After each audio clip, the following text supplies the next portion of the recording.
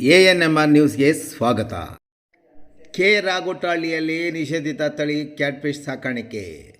ಚಿಂತಾಮಣಿ ತಾಲೂಕಿನ ಬೆಂಗಳೂರು ರಸ್ತೆಯ ಚಿನ್ನಸಂದ್ರ ಗ್ರಾಮದ ನಿವಾಸಿಯೊಬ್ಬರು ಕೋಟಗಲ್ ಗ್ರಾಮ ಪಂಚಾಯತಿ ವ್ಯಾಪ್ತಿಯ ಕೆ ರಾಗೋಟಹಳ್ಳಿ ಗ್ರಾಮದಲ್ಲಿ ನಿಷೇಧಿತ ತಳಿಯಾದ ಕ್ಯಾಟ್ಫಿಶ್ ಸಾಕಾಣಿಕೆ ಮಾಡುತ್ತಿರುವ ಬಗ್ಗೆ ಬಂದ ದೂರಿನ ಮೇಲೆ ಸ್ಥಳ ಪರಿಶೀಲನೆ ನಡೆಸಿದ ಇಲ್ಲಿನ ಮೀನುಗಾರಿಕೆ ಸಹಾಯಕ ನಿರ್ದೇಶಕ ಭರತ್ ಕುಮಾರ್ ಮತ್ತು ತಂಡ ನಿಷೇಧಿತ ತಳಿ ಕ್ಯಾಟ್ಫಿಶ್ ಸಾಕುತ್ತಿರುವವರ ವಿರುದ್ಧ ಮತ್ತು ಜಮೀನಿನ ಮಾಲೀಕರ ವಿರುದ್ಧ ನಿಯಮಾನುಸಾರ ಶಿಸ್ತು ಕ್ರಮ, ಕಾನೂನು ರೀತಿಯ ಕ್ರಮ ಜರುಗಿಸಲು ಕೋರಿ ಚಿಂತಾಮಣಿ ಗ್ರಾಮಾಂತರ ಠಾಣೆಗೆ ನೀಡಿದ ದೂರಿನ ಮೇಲೆ ಗ್ರಾಮಾಂತರ ಠಾಣೆಯಲ್ಲಿ ಕಲಂ 270, 273 IPC ರೀತಿಯ ಪ್ರಕರಣ ದಾಖಲಾಗಿದೆ.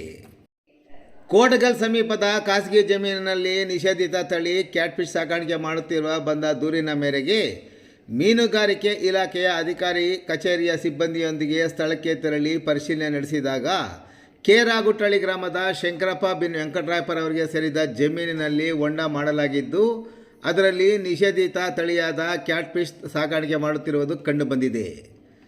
ಜೊತೆಗೆ ಕೋಳಿ ತ್ಯಾಜ್ಯವನ್ನು ಮೀನುಗಳಿಗೆ ಆಹಾರವನ್ನಾಗಿ ಬಳಸಲಾಗುತ್ತಿರುವುದು, ಇದರಿಂದ ಹೊಂಡದಲ್ಲಿರುವ ನೀರು ಕೊಳೆತು ದುರ್ವಾಸನೆ ಬರುತ್ತಿರುವುದನ್ನು ಕಂಡ ಅಧಿಕಾರಿಗಳು ಜಮೀನಿನ ಮಾಲೀಕರ ಮೊಬೈಲ್ಗೆ ಕರೆ ಮಾಡಿ ವಿಚಾರಿಸಿದಾಗ ಜಮೀನಿನ ಮಾಲೀಕ ಸದರಿ ಜಮೀನನ್ನು ಚಿನ್ನಸಂದ್ರ ಗ್ರಾಮದ ಸಿಕ್ಕಂದರ್ ಎಂಬುವರಿಗೆ ಗುತ್ತಿಗೆ ನೀಡಲಾಗಿದ್ದು ಗುತ್ತಿಗೆದಾರರಾದ ಸಿಕ್ಕಂದರ್ ಅವರು ಈ ಕೃತ್ಯ ಎಸಗಿದ್ದಾರೆಂದು ತಿಳಿಸಿದ್ದಾರೆ.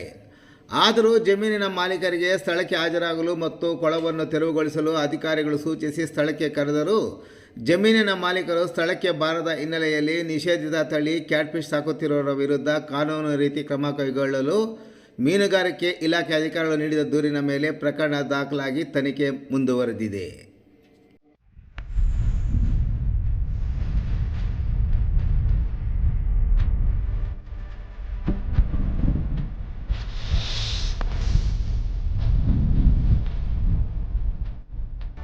क्या भाव है?